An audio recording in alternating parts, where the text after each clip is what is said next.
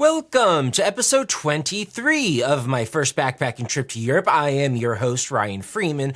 Click the like and subscribe. Okay, now, I left Prague after all of those crazy Monicas, and I arrived to Český Krumlov. This is a medieval tourist town, and you're going to get what you always get in medieval tourist towns that are castles, cathedrals, beautiful bridges, and it's a beautiful place. If you go to the Czech Republic and you don't want a big city, Český Krumlov, it might be pronounced Český Krumlov. I'm not exactly sure, but it is a very nice place to go.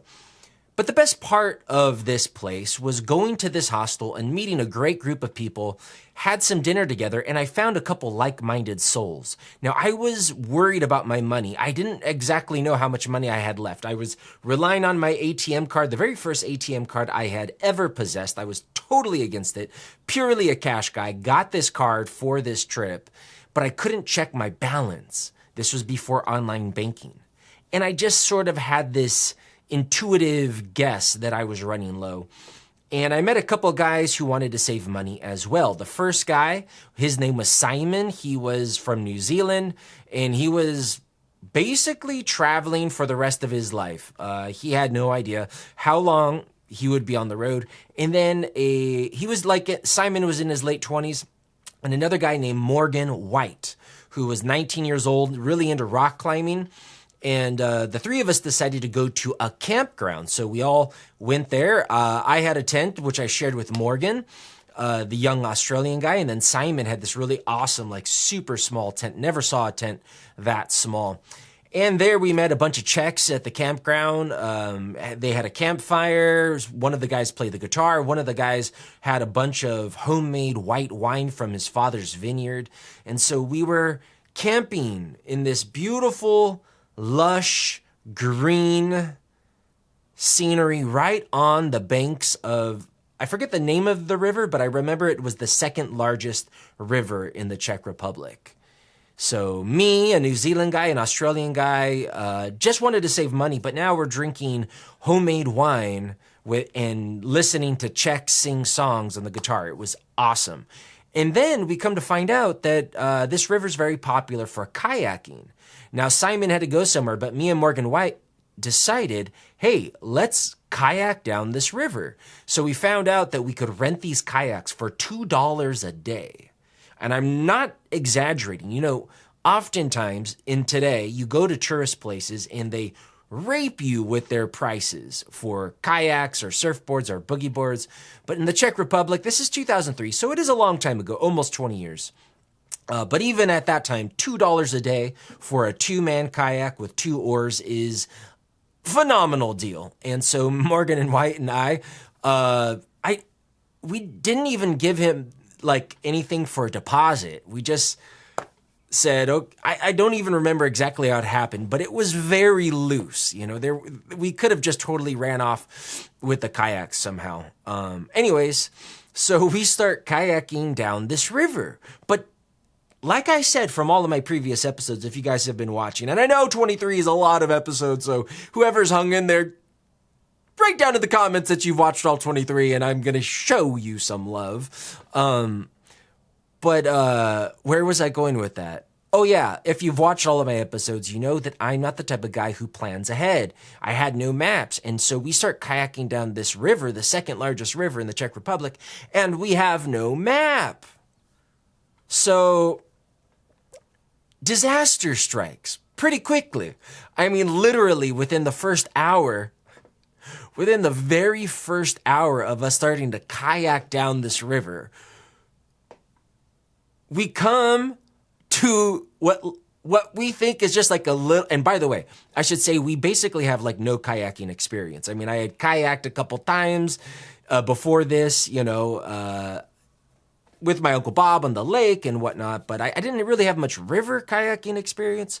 He didn't have any, so we were just, you know, young, dumb, and hey, that sounds like a blast. We'll just camp along the river, save money, and see the country. Anyways, disaster strikes. As we start going down the river, there's a precipice, a 6-foot precipice, like a man-made waterfall of concrete perhaps some sort of lock system. I didn't ask the engineer why it was constructed this way. But basically, we're going down the river, and then we drop off of this like concrete man-made waterfall and just drop into the lower part of the river. I mean, it was pretty close to a 90-degree angle. I mean, it was very, very steep. And I just remember flying out of the kayak mid-fall in one of those moments where you're like, am I going to live? My backpack flies out. His backpack flies out. He flies out. The oars go everywhere. I don't know if someone helped us or what, but we managed to survive, and maybe a little scrapes. The only thing that happened was my backpack did get soaked. I would find out later on that day. I think we had like a container to put our backpacks in, but it was leaking, so our backpacks got soaked, mine in particular. I remember looking at my passport, and it was drenched. Like the ink from the stamps that you get are like smearing. My journal, which I've showed on this series several times, like some of the ink, if you look at it, is smeared, and it was from this fall. So that was basically how we started this kayak trip. Now, I will say we did have a couple more times where we did fall out, but that was the worst. And we learned to kind of stop our kayak and check ahead. Always a good idea. If you don't know what's ahead and you are in worry of perhaps some rapids or some 6 feet falls that you didn't know would be coming your way, then it's a good idea just to pull over and scout out ahead. So we started to get the hang of it, worked as a team, and there weren't a lot of people kayaking, but the few people that we did see were very friendly and would say, hi, you know, they're all Czech. We're the only non-Czech people on this river. And the coolest thing, I remember, now I'm going to tell you what happened to me on this Czech river, and it was a bit of a tragedy, but I remember coming back from this experience thinking this is the best way to travel, because walking is awesome, you get exercise, but it's tiring. Bicycling's cool, but you know, the bicycle tire could pop. I mean, there's no best way to travel. I guess what I'm trying to say is traveling by kayak was awesome, especially going downstream, because you didn't really have to work that hard, and it was fun. And you had to kind of work as a team. And you're just surrounded by nature and then the water. It was just a really nice experience. And one of the best parts was there were little bars, like little shacks, little bar shacks along the river where you just pull up your kayak and, you know, there'd be a few stools and some country guy there, and you just start drinking. And then you get back in the kayak and continue. Now, we did meet a couple at one of these shacks, and so we had them in our sights as we're going down the river, and we're a little buzzed, but we're not drunk. We're just having fun. And eventually we come to this campground where we camp, and they camp too. These two Czech couples. Sorry, I just lost my train of thought. It's been a long time since I've told this story. In fact, this is probably the first time I've told this story in 20 years, almost 20 years. Anyways, so us, me and Morgan White, that 19-year-old Australian kid, and these two Czech couples all camp on this campground. There's no one to take our money. The campground is like, it's free, first of all. Then in the evening, there's like a woman who comes and opens up a little bar, it's like, I don't know if it's down season. Perhaps it was very popular and very busy if we had gone in July or August. This is now the beginning of September. So perhaps, a lot of times when you do travel off season, you get things for very cheap and there's no crowds. And so it's one of the things that was probably in our favor. So me and Morgan White, we're camping in this field with these two Czech couples. We haven't really talked to them because they don't really speak English, just highs, hellos, and nodding, because we're the only ones really on this river at this time. And they go to the bar, we go to the bar. We're literally in the country. Like this is like a hamlet or a little village that is next to this campground. The campground is free. They've got bathrooms. There's no money. They want no money for whatever reason.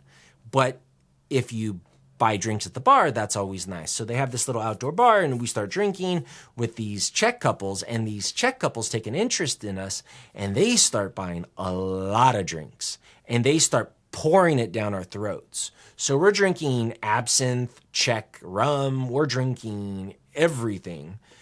And somewhere in there, I lost consciousness. I mean, I lost consciousness. I remember before that, Morgan White and I had walked into the village, and I had smoked a joint with some local Czech guy. And guys, it's been so long, so all of these memories are sort of kind of coalescing, but it all happened at this one little hamlet. I had smoked a joint with this guy at this restaurant, like the only restaurant in this little village. Then we're back. That happened first. Then we're back drinking this absinthe rum, and they're buying the drinks and they're pouring it down. One of these guys' wives is like sitting on my lap. It's like getting really weird. Really weird. And I black out. I wake up in the morning in my tent, and I throw up. Morgan White's next to me, passed out. I throw up. There's throw up all over me. There's throw up in front of my tent. I have no idea how I got back in my tent. I'm sick. I've never felt this sick in my life. And the first thing I did was, the reek of vomit is palpable. The first thing I did was check, do I have my money? This is the scariest thing. I'm in the middle of Czech wilderness on the banks of a river with a kayak, camping for free in this little village, and I blacked out. How stupid can you be, Ryan? That's what I'm thinking anyways. Where's my money? Where's my passport? I check. I don't have it on me. I was always very cautious, especially after my Uncle Bob got pickpocketed. Very cautious that I knew where my passport and my money was at all times.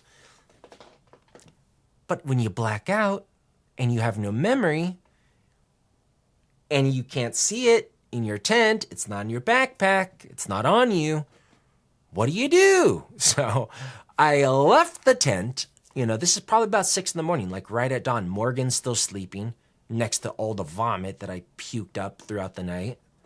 Disgusting. Sorry, guys. I'm not trying to gross you out, but to get the full flavor of what I was going through, I have to describe it, right?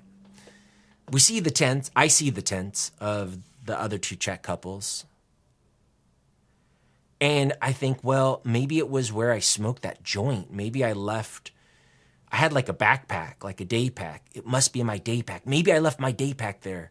So, I had no very, very incomplete memories of the day before. So I went to that restaurant, like walked up this town. I'm still hungover. I'm sick. I'm puking along the way. Like really sick. It's not near the restaurant. The whole village is quiet. I'm like, well, there's nothing else to do. I feel sicker than a dog. I'm just going to, I guess I don't know. I don't know what happened to it. Maybe someone stole it. But, sometimes your body's like, doesn't matter, man. Doesn't matter if you've been robbed or you lost something. You're done. You're sick. Get in bed. So I was like, I'm just going to go back to my tent and sleep. Well, on my way back to my tent, I see it in a field, like 100 yards off, just sitting there in the tall grass. And so luckily I went over there and everything was in there. So great. No one stole it. And luckily I woke up early before anyone could nab it. Although I doubt anything bad would have happened in this little small village. So I grabbed it, felt relieved, go back to my tent after puking some more, and try to sleep. And the next morning, Morgan White is like, he's a little hungover, but he's pretty disgusted with all the vomit. Anyways, I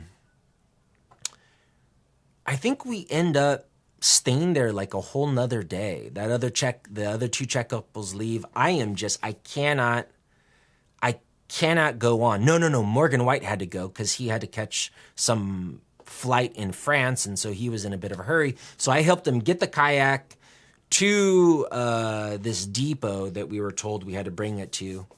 And then he leaves. There's like a little small bus station.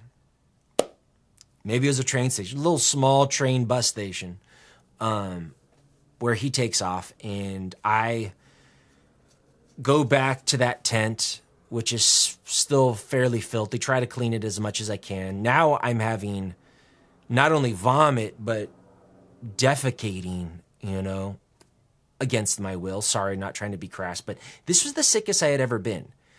At 21 years old, I had been sick throughout my childhood various times, once a year, twice a year, however often normally it comes. You get the flu, and all that. This alcohol poisoning, whatever I had, it was awful, awful, awful. And it was the worst I had ever been in. And so whenever I think of like the worst hangover, the worst sickness I've had with alcohol, this is it. I mean, even 20 years later, I haven't topped it. And I've tied on a few big ones. Not that I'm necessarily proud of it. Some of us handle our liquor better. Unfortunately, I am one of those people that does black out if he drinks too much. It just runs in my family line. Same thing with my older brother. I think my father as well. And so I've had to learn not to go past a certain point. And it doesn't even necessarily take all that much to put me there. So even though I like drinking, and I'm not trying to like promote alcohol, or say that alcohol is great for you. It's a vice that I do like, I learn my limits because I know the repercussions that can happen. So this was a huge learning moment for me in my young life.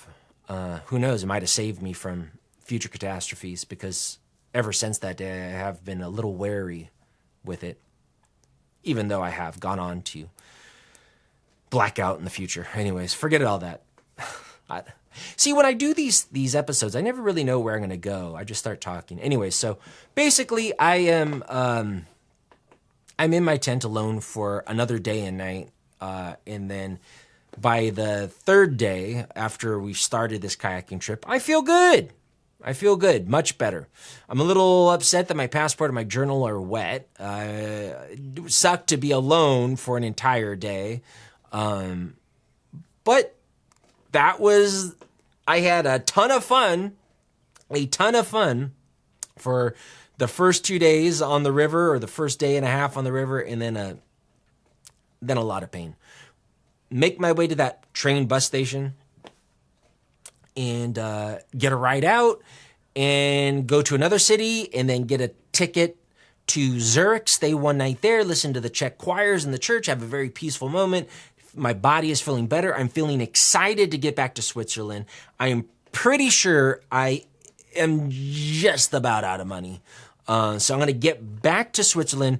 I cannot wait to see my Uncle Bob. I miss him a lot. I will look forward to seeing my Aunt Rose, but I have no idea where they are in Switzerland. I can't call them. I don't have a phone, and that would be inappropriate for them because they're not phone people. So should I go to their house in Wengen, or their house in Vekas, or their house in Eschel Smots? I'm going to roll the dice and see what happens. And so in the next episode, I'm going to tell you what comes of that. Thank you for watching this, and I hope you weren't too grossed out. My name is Ryan. Bye.